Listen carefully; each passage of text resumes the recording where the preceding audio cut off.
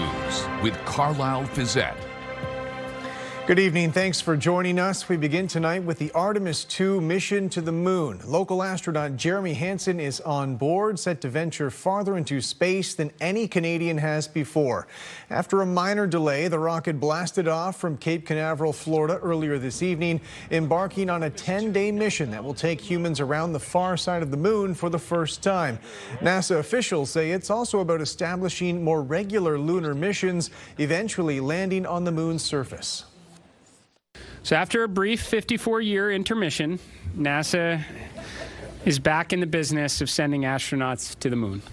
Hansen and his crewmates will spend about 25 hours in Earth's orbit before launching toward the moon Thursday evening. There were multiple viewing parties here in London, including at Fanshawe College among Hansen's former Air Cadet Squadron. Go! Hansen joined the squadron when he was 12 years old, spending 7 years in the program, earning his glider pilot license at the age of 17. Tonight, many of the young cadets said they're thinking about following in Hansen's footsteps. It makes me think that this is only one of the many successes that we'll have in this squadron. I think that maybe being part of 614 was part of his route of getting to where he is now. And I'd like to think that there's a lot more that the squadron is going to provide for the world. I think it's really cool because one day this could be one of us, so it's pretty fun to experience that. It's a really great connection for these young people to have with Colonel Hansen. I think that he really shows them that the work that they're doing now matters, and that when they commit their minds to a goal, extraordinary things can happen. More reaction today to hundreds of planned job cuts at LHSC. Critics say the decision to eliminate those registered nursing positions will devastate acute care and further strain a hospital system that's already stretched. Rita Ismail reports. London Health Sciences Centre announced it is cutting nearly 300 registered nursing positions across several units, a move that the Ontario Nurses Association says will devastate acute care and impact an already strained system. Nurses that work at London Health Science Centre have already raised the alarm about the conditions of work there. They filed hundreds of patient safety and workload complaints. There's health and safety issues in that building that would, quite frankly, make your skin crawl. LHSC maintains the cuts are part of a benchmark exercise to align with similarly sized academic hospitals. So no one is going to be walked out of the organization. So this is going to take time. And if you look at it in the grand scope of LHSC, over the 3 years, this is less than a 2% reduction in the number of FTEs at LHSC over 3 years. Mouget adds the attrition cuts are a result of hiring in excessive demand. Still, healthcare advocates argue the cuts come at a time when staffing ratios in hospitals are at an all-time low. It doesn't change the fact that there's still going to be shortage of enough skilled staff to provide adequate care. And in London, we have a growing city.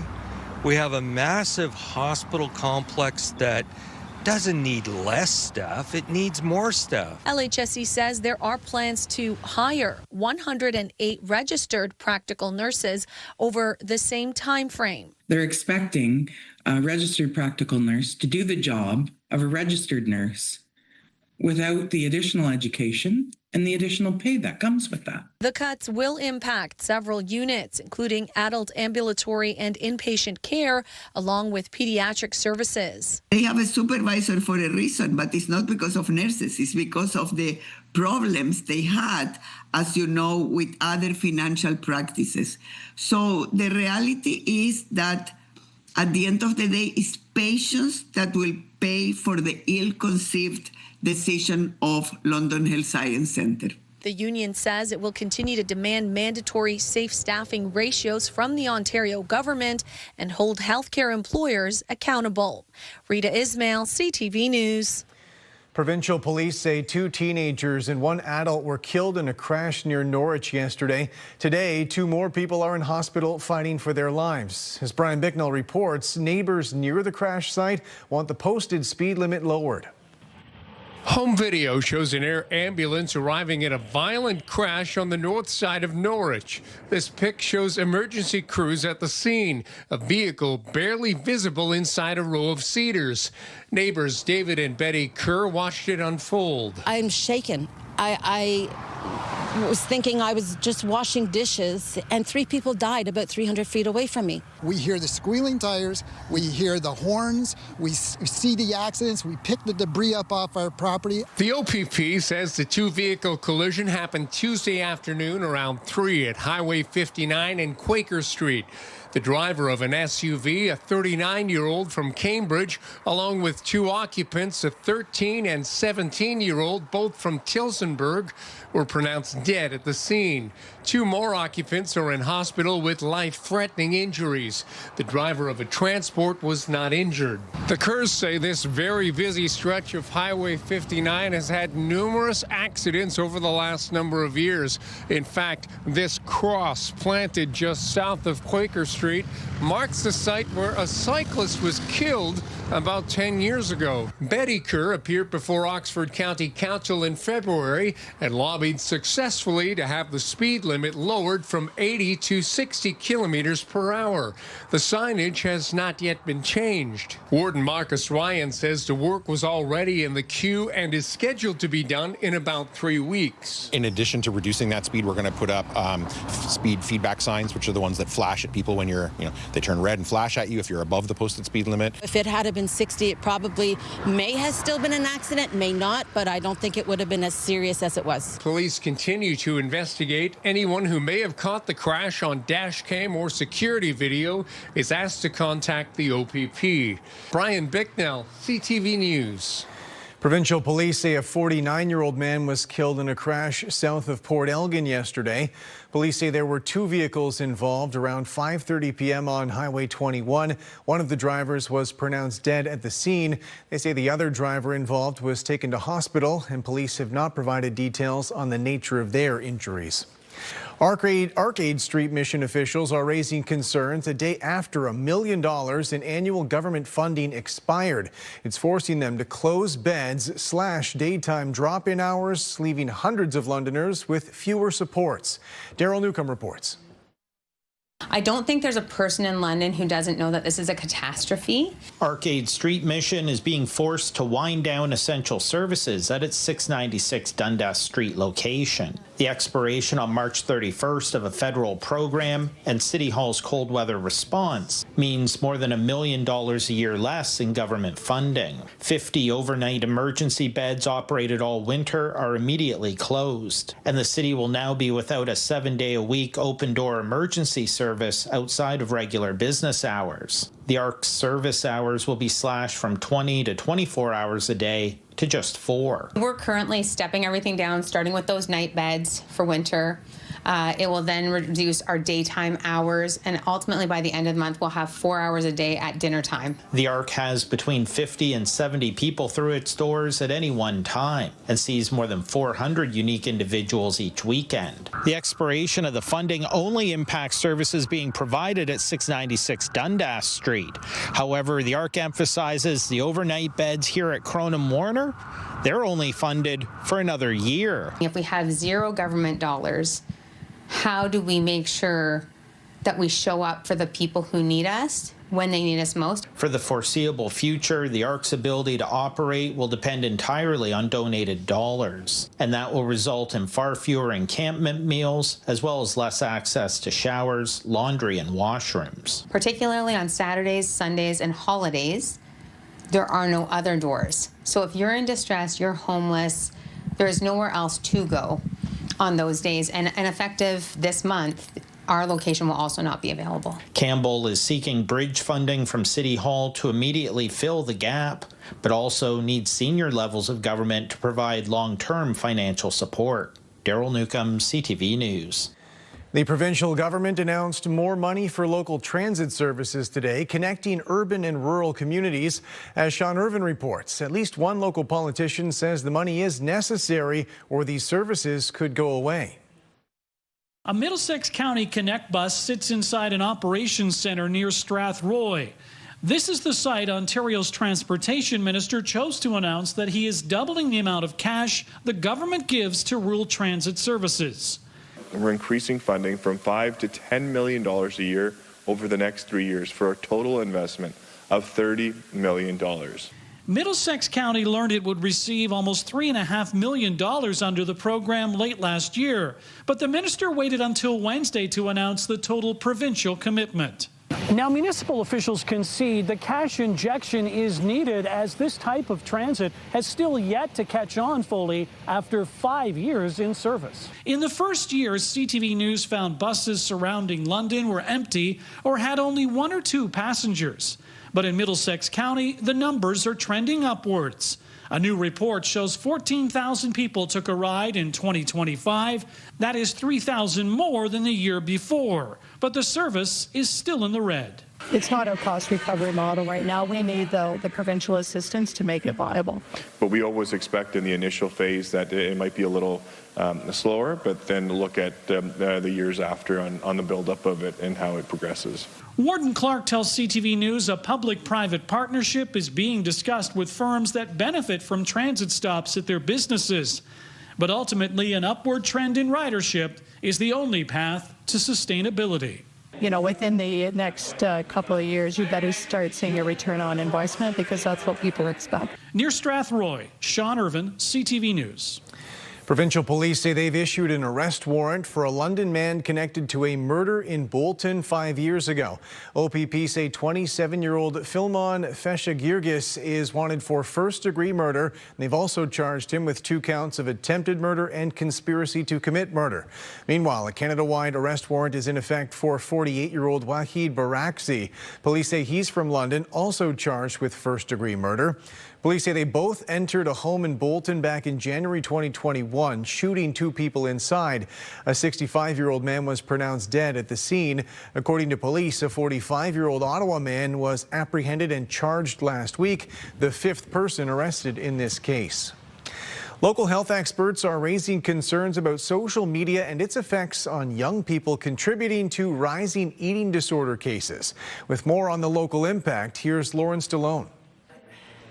Nearly a decade ago, Claire Tamaga was rushed to the emergency room when her parents noticed something was wrong. The eating disorder made me a very angry person, and that's definitely not who I am. After experiencing symptoms of an eating disorder, Tamaga was admitted as an inpatient at the Children's Hospital at London Health Sciences Centre. I didn't want to be there. I was angry with the team and their efforts. Now, Tamaga is in a much healthier place, crediting her recovery to the health professionals at LHSC. The biggest thing that I've gained back is really my personality, my love for life, and just being involved in so much around me that I had totally missed out on when the eating disorder just clouds your vision. To mark Child and Adolescent Eating Disorder Awareness Day, the Children's Health Foundation at LHSC is highlighting a growing number of cases. One of the biggest changes that we saw probably was during COVID-19 pandemic,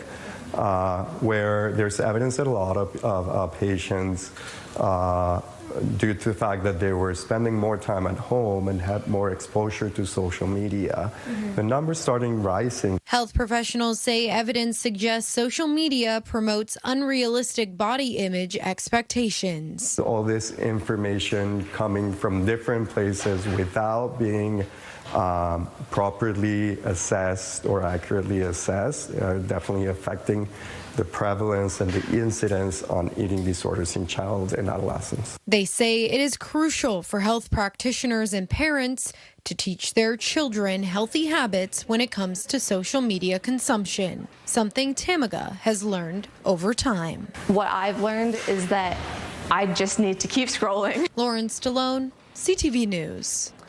The London Knights needed a win tonight in Sault Ste. Marie to avoid a first-round series sweep. Go walks in, fakes, shoots, saved by George, rebound, that's stopped as well. Another chance, they score! That was Ryan Brown's first goal of the playoffs after leading the team with 22 goals in the regular season. He wasn't done there either, extending London's lead in the third period. He then completed his hat trick with an empty netter, and the Knights do avoid the sweep, beating the Greyhounds 4-1. That means the series shifts back to London. Game 5 now scheduled for Friday night at Canada Life Place. When we come back, the latest assurances from the U.S. president claiming his war in Iran is nearing completion.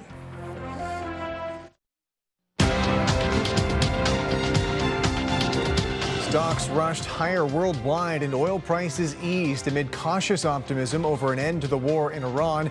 In Toronto, the TSX gained 190 points. In New York, the Dow added 224, the Nasdaq up 250.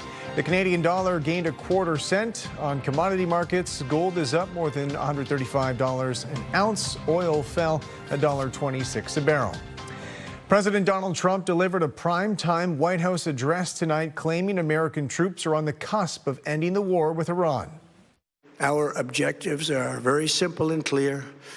We are systematically dismantling the regime's ability to threaten America or project power outside of their borders. Trump said America is on the verge of achieving its military objectives in Iran, repeatedly claiming it was meant to prevent Iran from developing nuclear weapons. From the beginning of Operation Epic Fury, that we will continue until our objectives are fully achieved. Thanks to the progress we've made, I can say tonight that we are on track to complete all of America's military objectives shortly, very shortly. We're going to hit them extremely hard over the next 2 to 3 weeks. We're going to bring them back to the Stone Ages where they belong. Trump also reiterated claims that Iran's military has been destroyed and the country's ability to launch missiles and drones has been set back dramatically. Meanwhile, American authorities are laying out their biggest issues when it comes to trade discussions, particularly our recent Buy Canadian policies. Mike LeCouture reports. The country's iconic symbol of democracy will soon be protected by Canadian steel. During the next phase of renovations, the Peace Tower will be encased by steel scaffolding from Hamilton-based Walters Inc. But it may not have happened if not for the Buy Canadian provision. It would have been more difficult, and the chances are that much of the material, at least the raw material, would have come from the United States as opposed to from Canada. As of December of last year, the government mandated that publicly funded infrastructure projects should prioritize Canadian workers and industries. Even though the U.S. has a similar provision, the American trade representative cited Canada's version as a trade irritant. The Minister for Canada-U.S. Trade downplayed the list of irritants, saying talks are continuing. There was a high-level meeting this week in Washington between senior officials from Canada and the United States to discuss these and other issues. So none of this is surprising to us. The removal of American liquor off many provincial store shelves is also on the list of irritants, as is Canada's Online Streaming Act and the Supply Management System, which restricts the import of American dairy, poultry, and eggs into this country. Meantime, Mexico is seemingly further ahead in trade negotiations with the U.S., engaging in technical discussions with the Americans. I think the Canadian government is stalling for time. They think that Trump, my guess is they think Trump is weak. They want to sort of see if they can get this deferred into the midterms. Minister LeBlanc says he'll continue to speak regularly with his American counterparts about the CUSMA review, even as the deadline to decide the deal's fate is just 3 months away. Mike LeCouture, CTV News, Ottawa. Good evening. Cloudy conditions heading through the overnight. The winds will be fairly light. Waking up tomorrow morning to overcast conditions with a chance of light showers. Thanks, Gail, for this photo of Miss Molly. Temperature will be hovering at around +2 in the morning. The risk for showers will increase as we push past about 8 a.m. Likely a rain window as we head toward noon hours. Stay with us. I'll have your local weather details coming up right after this. Welcome back with Julie on the desk now. What was certainly a chillier day today, but it sounds like those milder conditions are coming right back to us. Yeah, temperature tomorrow back into the double digits. By Friday, we're talking the low 20s. We have some active weather in terms of showers and thunderstorms on the way in the extended forecast, even the risk for mixed precipitation towards Bruce County. Today was cool, below normal. We could feel that chill in the air this morning with temperatures near the freezing mark. Overnight, we're back down to about +1 again. And as we head toward Kitchener, Waterloo, northern Wellington County, from 0 to -2. Near the lakeshore tonight of Erie, 2 to 3 degrees. So we had that front come through. We did have an area of light showers lingering right along that northern shoreline of Lake Erie. That will drop southward overnight. We have our next system coming in for tomorrow. This will be a warm front, so just starting to take shape. That warm push will come in as we head into tomorrow. Out ahead of the warm front, where we see that change, is where the showers develop. So you can see the rain moving into Chatham and Sarnia first thing in the morning, anytime between 8 and 10 a.m., and then into London. So we'll introduce a probability of rainfall first thing in the morning. By about 10:30 in London, we'll have some light rain moving into the city, and there's also the possibility of some thunderstorms. A surge of warmth is coming with this warm front. Now, as it waves its way across southern Ontario, temperatures will be varied once again through northern Huron, Perth, Grey, and Bruce County. South, the temperatures will quickly come up tomorrow afternoon, but it will take a while for that warmth to spread northward. And you can see, indicated by the color grid and the mixed precipitation towards Wyerton, the Bruce Peninsula, expecting to get into some very light freezing drizzle. Now, as we head into your Thursday evening, just cloudy conditions, and then on a Friday morning, a round of showers and thunderstorms. Friday, we're right into the warm sector, so that means temperatures spike into the low 20s. But we do have some rain to get through as we head into Friday morning. So this will be coming through the area, then into the afternoon, overcast, but lots of instability. The front will slowly start to come through the area, and temperatures will hold on the milder side Friday into Saturday, with a major drop on Sunday. Your forecast high tomorrow, 12 degrees. Winds will be out of the east through the day. On Friday, the chance of showers, greatest risk will come in the morning. Probability will drop down to a 40% chance in the afternoon. Gusty winds expected. 24 degrees. I know there's some golf courses opening on a Friday, and many people will be hitting the links for the first time. The best time to do that will be in the afternoon. That'll be the lowest probability for showers through your day on Friday. Saturday, showers at 18. The cold front comes through. Sunday, if you're doing some outdoor egg hunts, expecting that Easter bunny to come, it's going to be a cool one. You might need his earmuffs. 5 degrees.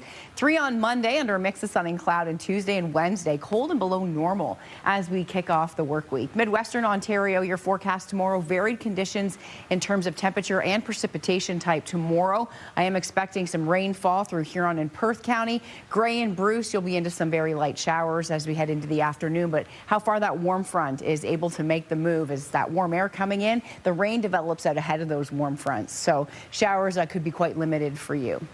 Possibility of some freezing drizzle areas to the north. Then on Friday, showers, but all the way up to 21. 17 with showers on Saturday, and we're down to 3 degrees with a 40% chance of showers on Sunday. So it will remain unsettled right through the holiday weekend. Daytime highs on the very cool side early next week. So we're in for some rounds of rainfall with the possibility of thunderstorms, Carlyle, in the extended forecast. And yes, we are going to see a major warm up ahead of the weekend. Thanks very much, Julie. A team effort in Mildmay has saved a piece of rural history. Crew members have been restoring a 140-year-old barn after a delicate relocation process. With more on that engineering effort, here's Scott Miller. Brent Weigel proudly looks on as a piece of his family's history is restored near Mildmay. This barn's been in the family since early 1900s. I think 1901 our family bought it, and we had some sentimental value in the property and the buildings, and the structure was too good to tear down and decommission and just sell as parts. So with a crumbling stone foundation, Weigel called in Larry Waddell of Waddell Engineering to find out if moving the 140-year-old timber frame was possible. It was a bit of a gamble to lift it up, and if it fell apart, it fell apart. I guess. It was worth the risk. While a massive crane was used to move the barn from its original foundation last month, Waddell believes when it was built in the 1880s, the huge wooden beams would have been lifted and placed by hand with the help of horses. Weigel says once the roof and siding are reinstalled, the 140-year-old barn will be used to store heavy machinery for his drainage business, a modern-day use for a salvaged piece of family history. Like most of these barns are unusable or not in good enough shape to be able to move them. This one's luckily in good enough shape and held up structurally to swing it over onto a new foundation. Now it's going to last another 100 years or more. Near Mildmay, Scott Miller, CTV News.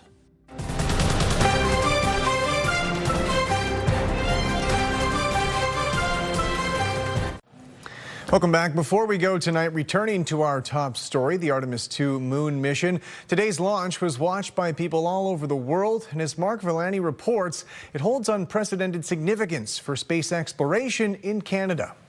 2, 1, booster ignition, and liftoff. It's a moment that feels like history coming back to life. The Artemis II mission marks the first time since 1972 that humans have traveled beyond low Earth's orbit, sending 4 astronauts on a journey around the moon and back. At a University of Calgary watch party, it's turning textbook learning into reality. It's just been very an abstraction of we went to the moon. So it's very cool to see that, it's something we're still doing, we're still excited about. It's a feeling of patriotism that I feel like is unparalleled to see that. This is Jeremy. We are going for all humanity. For the first time, a Canadian is orbiting the moon. Astronaut Jeremy Hansen is on board the mission. Calgarian Jenny Gibbons serving as his backup after completing the same training. Is meant to be the beginning of opening up space in a fundamentally different way, and so creating the moon as a platform for human activity. And for these grad students, it's a powerful reminder that their research could one day be aiding missions like this. It's so fun to watch how we're innovating and how even these innovations that feel at times not necessarily connected, how they all build into this bigger and bigger picture. That bigger picture is also helping break barriers as a new generation, including more women, see themselves in space. Little girls can also see that this astronaut is going to the moon, so they could also go to the moon one day. These rocket launches and these missions to the moon that really helps drive excitement and interest in astronomy. It's also inspiring some students to aim even higher. I'd love to go to the moon. Christian Keenan studies physics and astronomy. He hopes the launch blazes a trail towards deep space exploration. And after that, maybe an interplanetary gateway between Mars and Earth, and then from there, moving on to settling on Mars. Meanwhile, professors say this could also change how we see ourselves, pointing to the famous Earthrise photo from the Apollo era, with this mission hoping to shape the future of humanity. They're trying to do something that will inspire us for generations to come. Mark Villani, CTV News, Calgary. That's it for us. Thanks for watching. For all of us at CTV News London, I'm Carlyle Fiset. Have a good night.